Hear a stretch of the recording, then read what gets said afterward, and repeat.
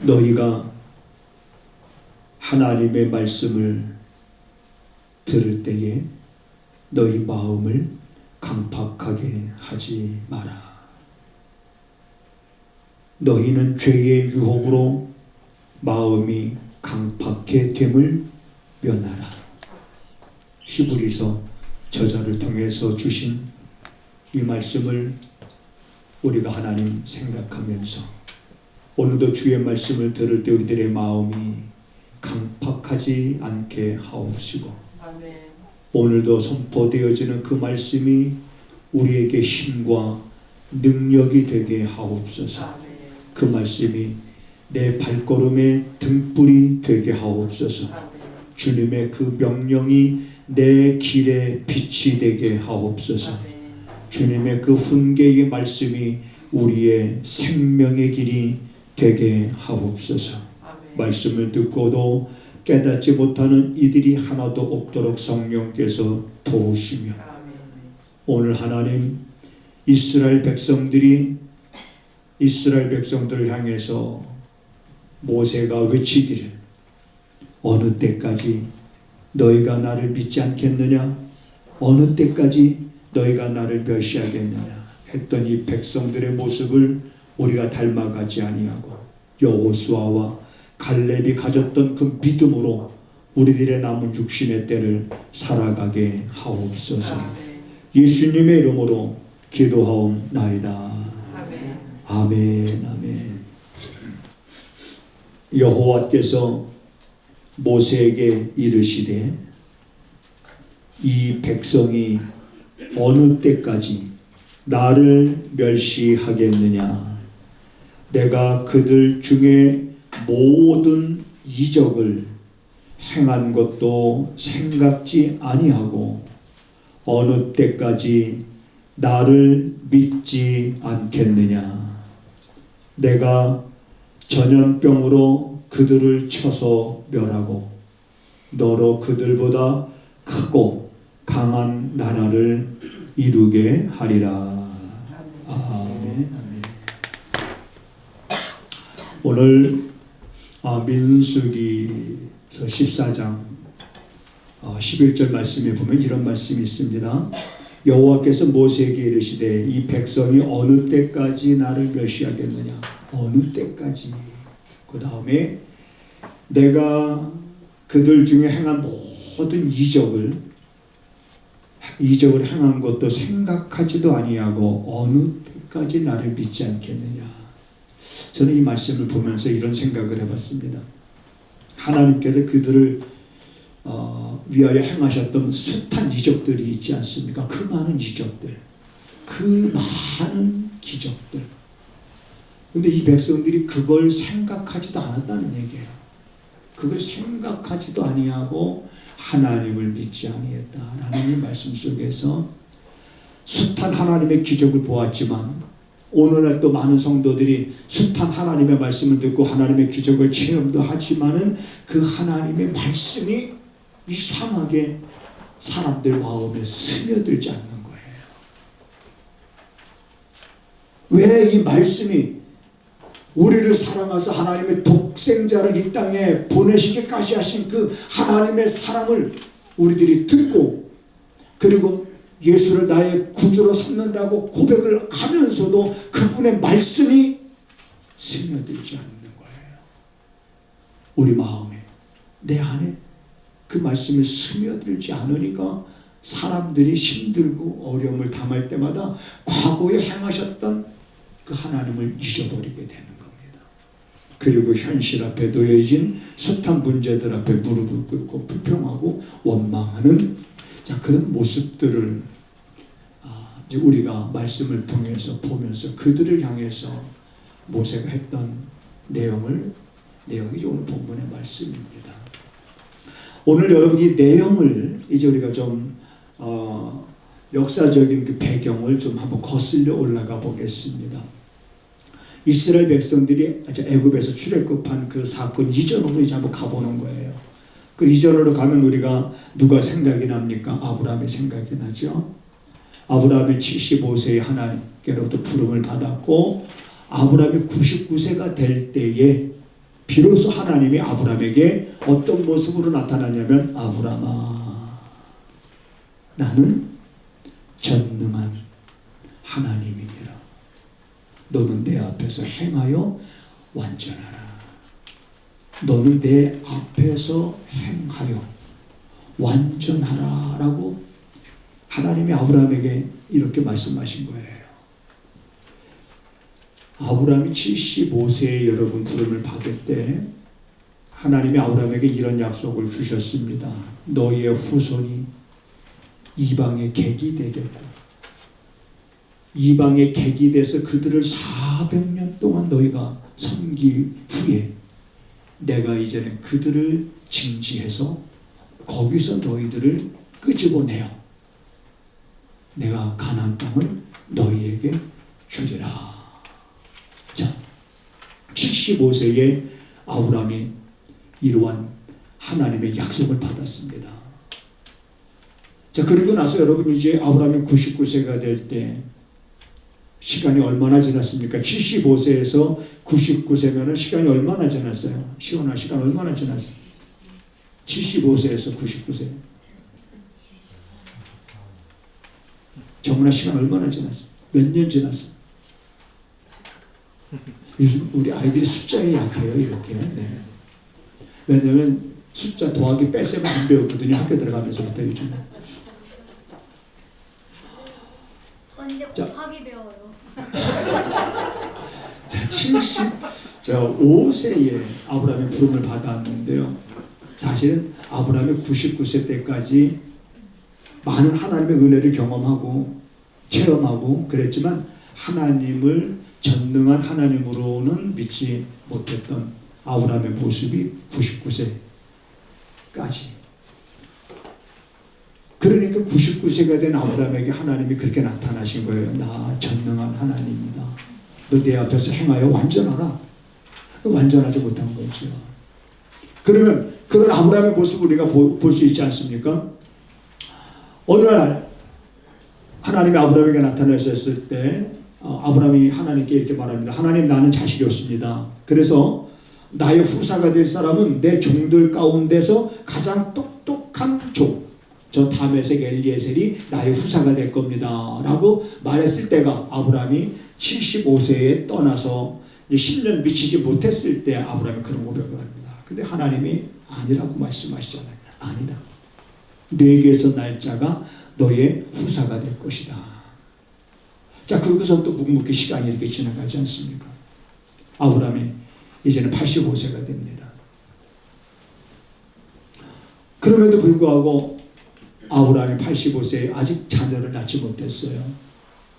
그러니까 이제 사라는 남편한테 제안을 합니다. 여보 이러다가는 뭐 우리의 자손이 하늘의 별은 고사하고 바다의 모래 같이 많아지는 건 고사하고 우리 대를 잇기도 힘들겠습니다. 더 늦기 전에 나의 몸종과 몸종을 통해서라도 자녀를 얻으라. 여러분 사라가 만약에 자기가 아이를 낳을 수 있는 가능성이 0.1%만 있다 그래도 자기 몸종을 자기 남편한테 들여보내지 않습니다. 자기 몸종을 아브라함에게 들여보낸다는 것은 뭐예요? 자기는 이제는 여자로서 아이를 낳을 수 있는 가능성이 100% 없다고 그걸 알았기 때문에 자기 몸종을. 그래서 그 몸종을 통해서 아브라함이 아들을 낳잖아요. 86세에 누굴 낳습니까? 이스마엘을 낳습니다. 그리고 아브라함은 이제 이스마엘이 자기의 후사로 믿고 살아가는 거예요. 그리고 13년이 지나요. 13년이 지나면서 아브라함이 99세가 되던 해에 하나님이 아브라함에게 나타나서 아브라함은 난 전능한 하나님이니라. 너는 내 앞에서 행하여 완전하라. 근데 아브라함은 그때까지 하나님의 말씀을 100% 신뢰할 수가 없었던 거죠. 그래서 인간의 방법으로 하나님의 뜻을 이루어 가려고 여러분 될 듯 하지만 안 됩니다. 인간의 방법과 인간의 생각으로는 이렇게 하면 하나님의 뜻을 이룰 수 있겠지라고 생각하지만 하나님의 뜻은 하나님의 방법으로 이루어 가는 거죠. 아브라함이 99세가 됐는데 또 하나님께서 그렇게 말씀하시는 거예요. 내년 이맘때 너가 아들을 낳을 것이니 이름을 이삭이라고 해라. 여러분 그때 아브라함은 어떤 생각을 했겠습니까? 어떤 생각을 했길래 그런 말씀 하나님이 하실 때 아브라함이 웃었거든요. 사라도 웃었고 아브라함도 웃었거든요. 그 뭡니까? 자기 아들은 자기 후사는 누구예요? 이제는 이스마엘. 13년 13살이나 됐습니다. 하나님이 아니라는 거예요. 너 내년 이맘때 아들을 낳을 것이니 이름을 이삭이라고 해라. 웃었다는 건 믿지 못했다는 거예요. 있을 수도 없는 일입니다. 그래서 늘 제가 얘기하잖아요. 성경을 모처럼 마음을 먹고 성경을 읽어보려고 성경을 딱 폈더니 야, 성경은 말 같은 말이 하나도 없더라. 믿을 만한 말들이 하나도 없더라. 성경에 보니까 말 같지 않은 소리들로만 가득 찼더라. 뭐 이렇게 말하는 분들이 있어요. 어떻게 말 같지 않죠? 가능성이 없잖아요. 그런데 성경엔 기록이 없지만 틀림없이 그런 사건이 일어났을 거예요. 그렇죠? 사라가 아브라함한테 와가지고 여보 나 좀 요즘 좀 속이 좀 안 좋아 이랬을 거 아니에요. 뭐 잘못 먹었나 보지. 뭐 그러면서 뭐 약도 먹을 수 있었겠고 나름대로 어떤 처방을 했을 수 있고 그런데 그게 아닌 거예요. 여자의 느낌 있잖아요. 이건 배가 아픈 게 아니야. 뭐 자기 뱃속에 아이가 들은 거야. 그래 사라가 와서 여보 내가 배가 아픈 게 그냥 아픈 것이 아니라 이거는 임신한 것 같아 여보. 말 같지 않은 말을 사라가 아브라함한테 했는데 말 같지 않은 말을 사라가 아브라함한테 했는데 아브라함도 그 말 같지 않은 말을 안 믿을 수가 있어요 없어요? 안 믿을 수가 없는 거예요. 왜? 아내 배가 불러오잖아요. 아내 배가 불러오잖아요. 그러면서 그 아내 배가 불러오는 거를 10개월 동안 보지 않겠습니까? 그러면서 아브라함이 무슨 생각을 했겠습니까? 10개월 동안 야 정말 믿을 수 없는 그런 하나님의 약속이었지만 하나님께서 말씀하신 대로 하나님은 역사하시는구나. 그러면서 여러분 그때 이제 아브라함의 믿음이 부분적으로 알던 하나님, 여러분 부분적으로 알던 하나님이 마치 흩어져 있던 퍼즐판을 보면 이게 무슨 그림인지 모르는데 흩어져 있던 퍼즐을 다 맞춰놓고 보면 이게 무슨 그림인지 딱 아는 것처럼 부분적으로 알던 하나님, 그 하나님이 아브라함을 비로소 어떤 하나님인지를 알게 되어지는 그 시간이었습니다. 그 퍼즐에 딱 맞춰지는 순간 아브라함은 하나님은 이 전능하신 하나님이라구나. 그 믿음을 갖고 이제 아브라함이 살아가고 그리고 여러분 그 믿음을 하나님이 한번 보고 싶었어요. 아브라함의 그런 믿음을 한번 보고 싶어서 이제는 아브라함의 믿음을 한 번쯤 테스트해봐도 되겠다 싶었겠지요. 왜? 이제 그런 믿음으로 살아가니까. 그래서 하나님이 아브라함의 믿음을 테스트하고 그리고 아브라함이 합격하고 내가 이제야 나를 경외하는 줄을 내가 알았노라. 자, 이러면서 여러분 구약에서 큰 줄기가 있습니다. 어떤 줄기냐면 하나님은 어떤 하나님? 전능하신 하나님. 그것이 아브라함 때서부터 지금 우리에게까지 흐르고 있는 거예요. 구약 아브라함 때서부터 지금 우리에게까지. 그래서 우리도 신앙 고백할 때 2번이나 전능하사 천지를 만드신 하나님 아버지를 내가 믿는다고 고백하잖아요. 전능하신 하나님 아버지 우편에 앉아 계시다가 그리고 산자와 죽은 자를 심판하러 오실 것을 우리가 믿잖아요. 우리의 신앙도 여전히 구약의 그 흐름이 그대로 우리에게 이게 흘러가고. 그러면 아브라함이 믿는 전능하신 그 하나님이 보세요. 이제는 이삭에게로 갑니다. 이삭도 고백을 해요. 그리고 야곱에게로 갑니다. 그리고 아브라함 75세 때 하나님이 너의 후손이 이방의 객이 되겠다고 그랬잖아요. 언제 그 객이 됩니까? 이스라엘 백성들이. 아브라함에게 말씀하신 때로부터 215년 만에 이스라엘 백성들이 이방의 객이 됩니다. 그 사건을 우리가 잘 아는 것처럼 요셉이 이제는 애굽의 총리가 됐잖아요. 가나안 땅에 기근이 들었습니다. 먹을 게 없습니다. 형들이 한번 애굽 땅에 곡식사러 갔다 왔습니다. 그리고 사오곡이 다 떨어졌어요. 다시 그 식구들이 다 애굽에 들어가게 되는데 몇 명이 야곱의 식구들이 70명이 이제는 바로 왕 앞에 서게 됩니다. 그게 이방의 객이 되는 순간이에요. 이게 여러분 시편 105편에 이렇게 기록되어 있습니다. 215년 만에 이방의 객이 되겠다고 하는 말이 성취가 되죠. 그런데 이방의 객이 돼서 그 다음에는 그들을 몇 년을 섬깁니까? 400년을 섬기죠. 근데 출애굽기에 보면 430년 만에 이스라엘 백성들이 애굽의 삶을 청산하고 애굽에서 해방됩니다. 그래서 애굽에서 이제는 여러분 보세요. 애굽에서 이제는 벗어났어요. 해방됐습니다. 그래서 이제 약속의 땅 가나안 땅을 향해서 가는 거예요. 그래서 애굽에서 해방된 지 1년 안에 이제 그들이 약속의 땅 가나안 땅 앞에까지 온 거예요. 앞에까지. 그러면 여기 아브라함에게 말씀하신 때로부터 215년이 걸렸고 그리고 애굽에 430년 동안 노예 생활을 했습니다. 그러면 645년 만에 이제는 그 객에서 벗어나서 이제 그들이 출애굽한 게 된 거죠. 그리고 이제 그 약속의 땅 가나안 땅을 바라보고 정탐꾼을 보냅니다.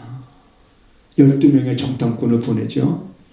그래서 그들이 40일 동안 가나안 땅을 정탐하고 왔습니다. 그런데 그 똑같은 곳을 가서 보고 왔는데 12명의 정탐꾼들의 보고가 10대 2로 나눠집니다. 10명의 정탐꾼은 하나님께서 말씀하신 대로 그 땅에 젖과 꿀이 흐르는 땅은 맞습니다. 맞지만 그 땅에는 우리보다 강한 민족이 살고 있기 때문에 우리가 그 땅에 들어가려면 그들을 쫓아내야 되는데 우리가 무슨 힘으로 무슨 능력으로 무슨 재간으로 무슨 방법으로 우리가 그들을 몰아내고 그들이 살고 있는 땅을 우리가 차지해서 우리가 거기서 어떻게 살 수가 있습니까? 여러분 이것은 있을 수도 없는 일이다.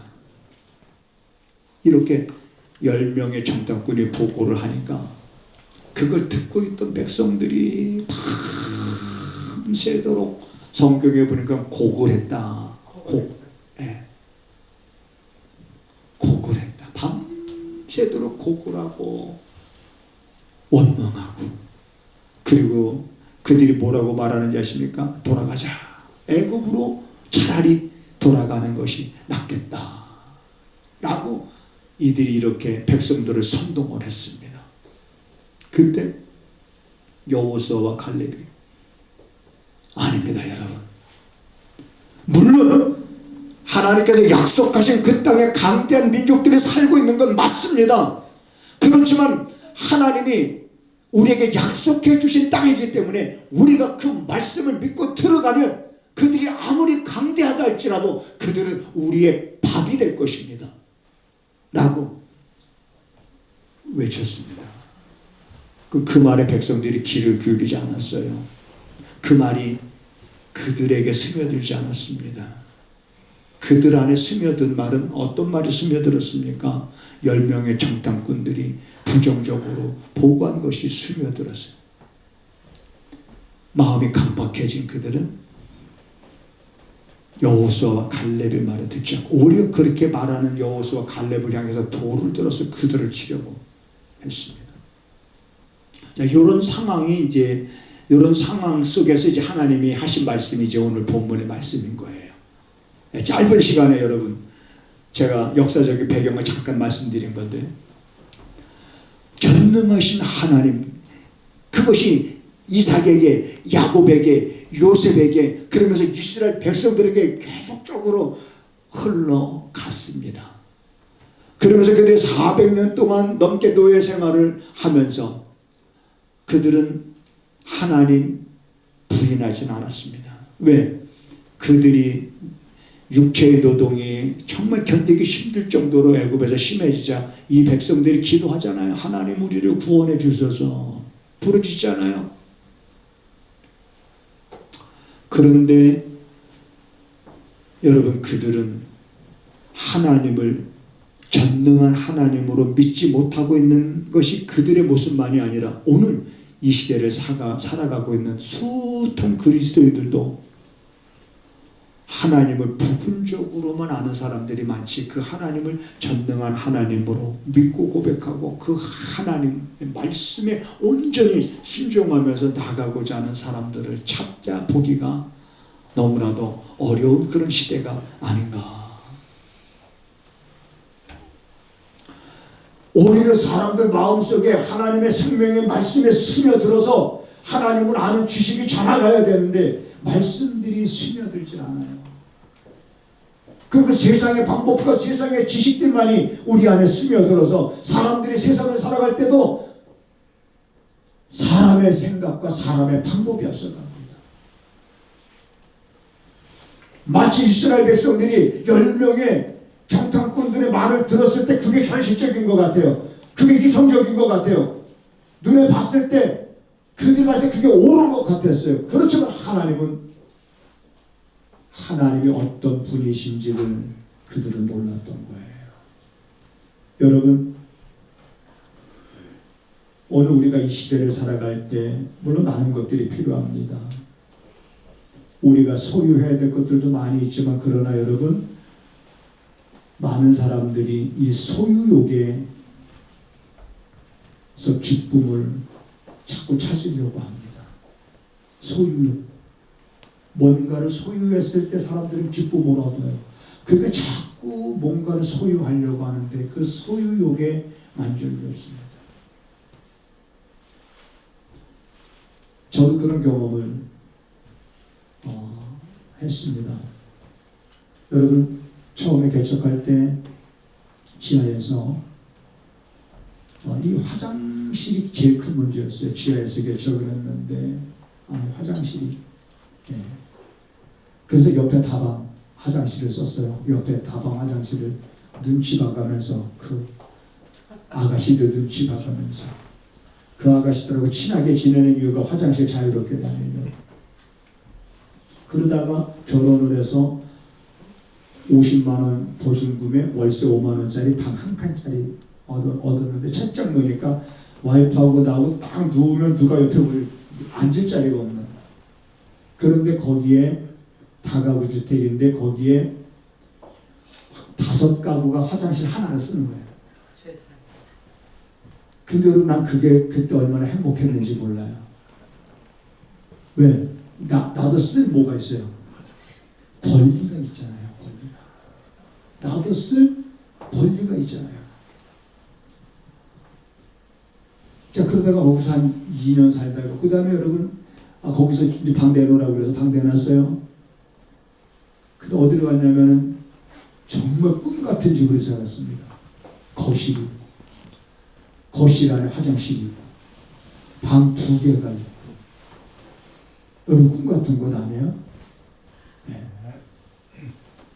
거기서도 한 2년 이렇게 다 또 주인이 또 이제 이렇게.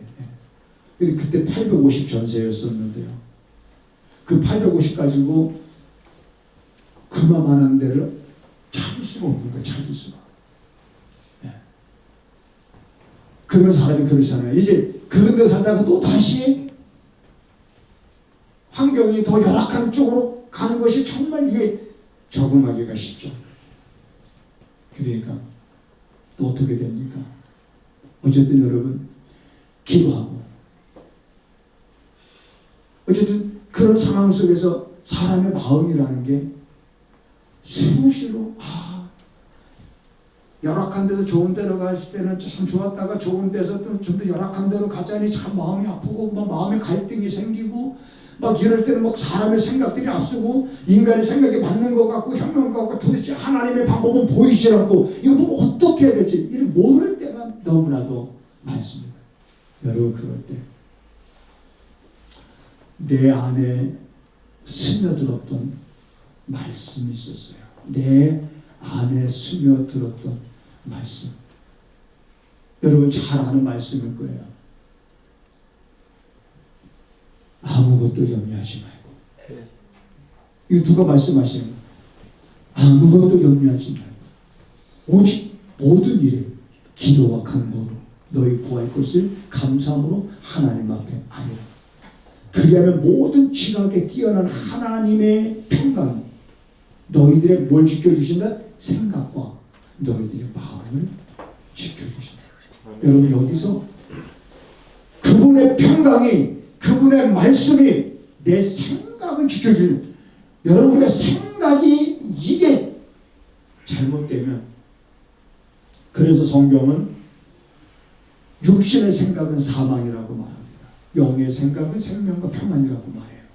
그런데 사람들은 육신의 생각이 사망인 줄 모르고 그 육신의 생각이 현명한 것 같고 그게 지혜로운 것 같고 그게 이성적인 것 같고 그게 현실적으로 맞는 것 같은 생각이 자꾸 드는 거예요. 그래서 자꾸 인간적인 방법을 앞세워서 하다 보면 10명의 정탐꾼들이 현실적으로 눈에 보이는 대로 말했을 때 그 백성들이 그걸 듣고 불평하고 원망하는 삶 똑같이 그렇게 걸어가게 되는 거예요. 똑같이. 그런데 그분의 말씀이 내 생각을, 내 안에 스며든 말씀, 우리 안에 스며든 말씀, 내 안에 스며든 말씀, 따라서 하시겠습니다. 내 안에 스며든 말씀이 힘이 되게 하옵소서. 능력이 되게 하옵소서. 내 안에 스며든 그 말씀이 내게 힘이 되고 능력이 어느 순간 성령께서 우리에게 역사하실 때 그렇게 말씀을 통해서 역사하시는 거예요.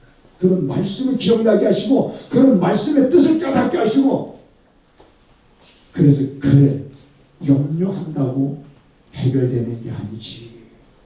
염려라는 말은 메린나우라는 말인데요, 사람의 마음을 갈기갈기 찢어놓는 거예요. 사람의 마음을 찢어놔서 분산시켜 놓는 거예요. 그러니까 염려하게 되면 아무것도 할 수가 없는 거예요. 그러니까 여러분 성경 66권 우리가 어느 곳을 보더라도 성경에서는 염려하지 말라고 말합니다. 예수님께서도 우리에게 염려하지 말라고 말합니다. 그럼 누가 염려 안 할 수가 있어요? 세상을 우리가 살아갈 때 어떻게 그럼 염려 안 하고 살아갈 수 있습니까? 어떻게 하나님의 말씀을 100% 신뢰하면서 여러분 우리가 살아갈 수 있는 방법이 있습니까? 방법이 없는 것이 아니라 방법이 있는데 우리는 그 방법을 애써 외면하고 자꾸 현실적으로 이성적으로 맞다라고 생각하는 길에 자꾸 곁길로 가고 있는 거예요. 그래서 그 백성들에게 하나님이 책망하시는데 이렇게 책망하시는 거예요. 야, 너희들 도대체 어느 때까지 나를 믿지 않겠느냐? 어느 때까지? 어느 때까지 너희가 나를 멸시하겠느냐? 그래서 하나님을 믿지 못하고 하나님을 멸시하는 그들에게 주어진 결과가 뭡니까? 결과가 여러분 너희는 다시 눈앞에 가나안 땅이 보이시면 너희들은 가나안 땅으로 들어가지 말고 광야로 들어가라. 그래서 광야 40년의 생활이 시작되는 겁니다. 여러분 눈앞에 고지를 두고 다시 광야로 들어가야 돼요. 광야는 사람이 살만한 곳이 아닙니다. 뱀과 전갈이 있고 낮에는 뜨겁고 밤에는 춥고 농사 질 수도 없고 광야로 여러분 들어가게 하셨지만 그 광야에서도 여전히 하나님의 은혜는 변함이 없었던 걸 믿으시기 바랍니다. 아멘. 여러분 우리가 이런 불신앙적인 모습을 보일 수 있어요. 때로는 하나님의 말씀이 내 안에 스며들지 않아서 인간적 생각이 앞서서 우리가 살아갈 때 있습니다. 그곳이 어디에? 광야에 우리가 살고 있는 이 땅이에요. 그렇지만 여전히 이 땅에 하나님의 은혜가 여전히 존재한다는 것을 믿으시기 바랍니다. 아멘. 그 은혜를 사모하면서 이제는 우리가 두 번 다시 똑같은 실수를 범하지 말고 이러한 일들이 오늘날 우리에게 거울이 되어야 됩니다. 거울이 되어서 이제 우리는 이들과 같이 똑같은 차처럼 밟아 가는 것이 아니라 이제는 나 자신을 돌아보면서 하나님의 이 말씀을 내 마음에 부지런히 심고, 그리고 그 심어진 말씀을 부지런히 묵상하되 날마다 묵상하면서 여러분 말씀이 여러분의 가는 길을 비출 때 주저하지 말고 망설이지 말고 계산하지 말고 정말 걸어갈 수 있는 그런 믿음, 그런 믿음을 여러분도 갖고 저도 갖고 우리 남은 육신의 때는 여러분 정말 그런 믿음을 갖고 여러분들이 살아가면서 하나님이 살아계시다는 것을 사람들에게 보이는 그런 여러분들의 정말 삶이 되기를 예수님의 이름으로 부탁을 드립니다. 나의 힘이 되신 여호와여, 내가 주를 사랑하나이다 고백했던 시편 기자의 모습을 우리가 생각합니다. 여호와는 나의 목자시니 내가 부족함이 없음을 고백했던 다윗을 우리가 생각해 봅니다. 오늘 우리 사랑하는 성도들이 하나님을 전능하신 하나님이라 고백할 때마다 하나님을 아는 그 지식이 저들의 삶에 큰 힘과 능력이 되게 하셔서 우리들의 삶에 때로는 생각지 않았던 시련과 고난과 아픔이 있을지라도 그것이 오히려 복의 통로가 되어지는 역사로 만들어갈 수 있는 성도들의 삶이 되게 하옵소서. 하나님의 말씀에 귀를 기울이며 들을 때마다 그 말씀이 저들 마음속 깊숙이 스며들게 하셔서 그 말씀이 위로가 되게 하옵소서. 그 말씀이 힘이 되게 하옵소서. 119편에 기록된 말씀과 같이 내가 주께 범죄치 아니하려 하여 주의 말씀을 내 마음에 두었나이다 고백한 그 시편 기자의 그 심정을 우리가 갖게 하여 주시면서 스며든 그 말씀이 사랑하는 성도들의 발걸음에 등불이 되게 하시고 그러나 또한 성도들은 그 말씀이 꿀보다 더한 경험들을 통해서 더욱더 목마른 사슴보다 더한 심정으로 말씀을 사모하는 성도들의 삶이 되게 하옵소서. 이제는 우리 구주 예수 그리스도의 은혜와 우리 아버지 하나님의 무한하신 사랑하심과 성령의 감화 감동 역사 위로 교통하심 말씀을 사모하며 말씀이 가리키는 그 방향으로 달려갈 것을 다시 한번 다짐하며 이제 돌아가는 사랑하는 성도들의 발걸음과 저들이 머물러 있는 가정과 저들이 손으로 행하는 저들의 삶의 일터 위에 지금부터 영원하기를 간절히 축원하옵나이다.